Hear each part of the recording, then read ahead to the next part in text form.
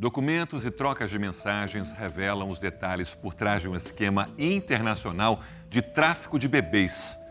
A Polícia Federal descobriu como a quadrilha operava depois da prisão de um português. Segundo as investigações, ele comprou um recém-nascido que ainda estava na maternidade no interior de São Paulo. As mensagens descobertas pela polícia mostram que ele negociava a compra de outros 4 bebês. Com apenas 16 dias de vida, a menina recém-nascida é tirada ilegalmente do Brasil. Ela chega no aeroporto no colo de uma mulher que não é a mãe. E viaja com um homem que não é o pai.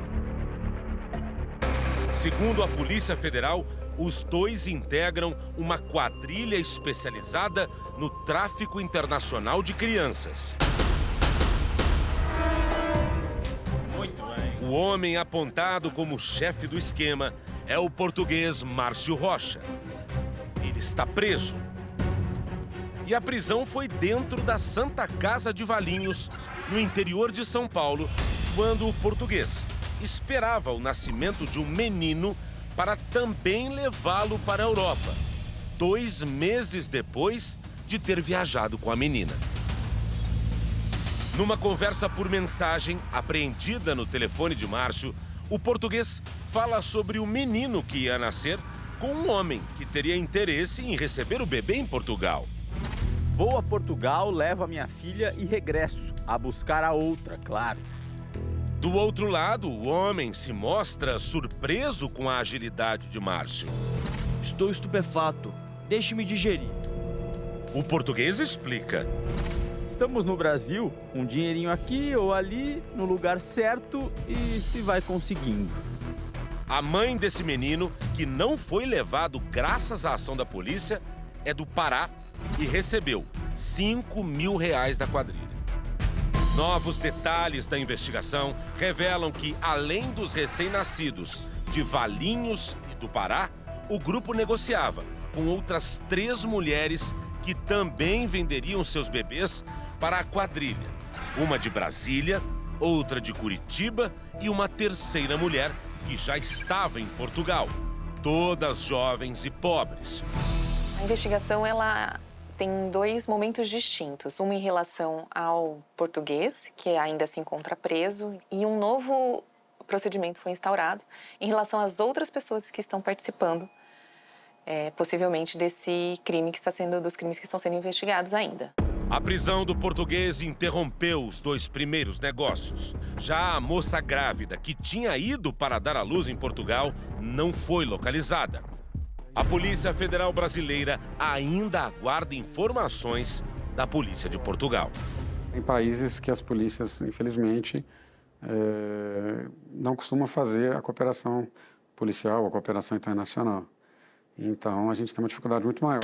Nessa mensagem, Márcio conversa com o marido dele, Hélder Dias, que também é comparsa no esquema e mora em Portugal. O português alerta que o marido precisa levar ao hospital a grávida brasileira que foi para lá para ter o bebê. Consulta às 3 na maternidade Júlio Diniz. Hélder reclama.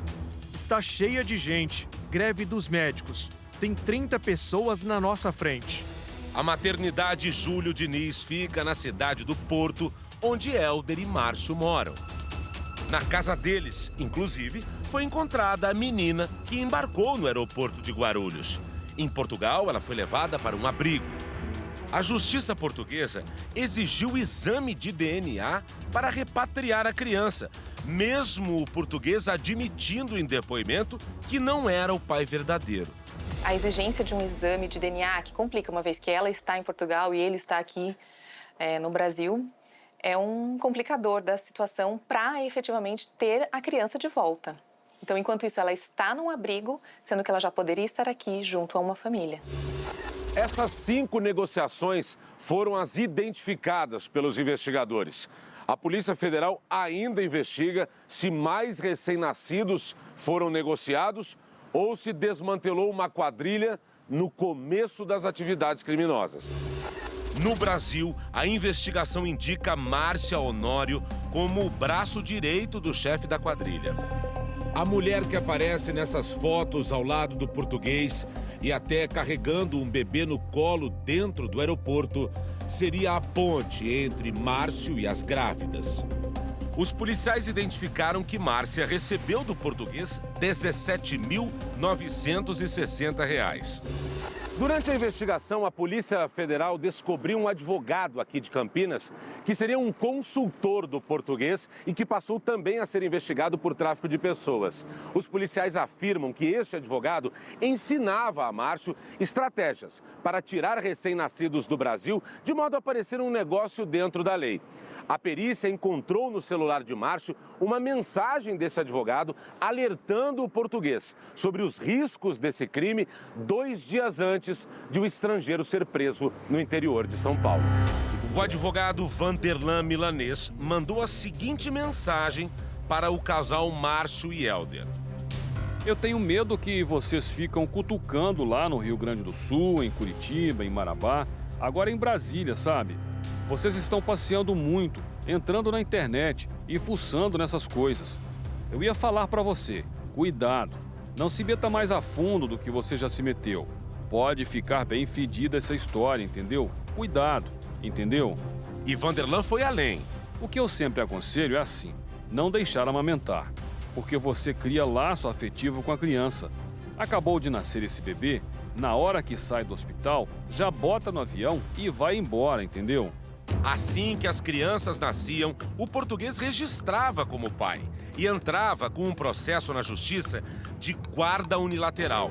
As mães assinavam um termo abrindo mão da criança. A polícia encontrou documentos modelo fornecidos pelo advogado Vanderlan. Por telefone, Vanderlan Milanês afirmou que não podia comentar o caso por orientação do advogado. Infelizmente, eu não vou poder ajudar muita coisa por orientação de um advogado que me defende. Falou para eu não comentar nada. Também procuramos Márcia Honório, que mora em Valinhos, no interior de São Paulo. Não quero falar, fala com o advogado. Procuramos o advogado de Márcia, que é o mesmo que defende Márcio Rocha. Por mensagem, a defesa afirmou que, por enquanto, a família ainda não quer se manifestar. Para a Polícia Federal, ainda não está claro se essas crianças eram, de fato, levadas para a adoção. Muitas vezes as pessoas pensam isso. Essa criança vai ter uma vida muito melhor num país mais desenvolvido, mas efetivamente a questão é, quem garante isso? A gente não sabe o que vai acontecer com ela, então ela pode ter sido levada para lá para ser retirado um rim. Enfim, a gente efetivamente não tem como garantir o que vai acontecer com essa criança.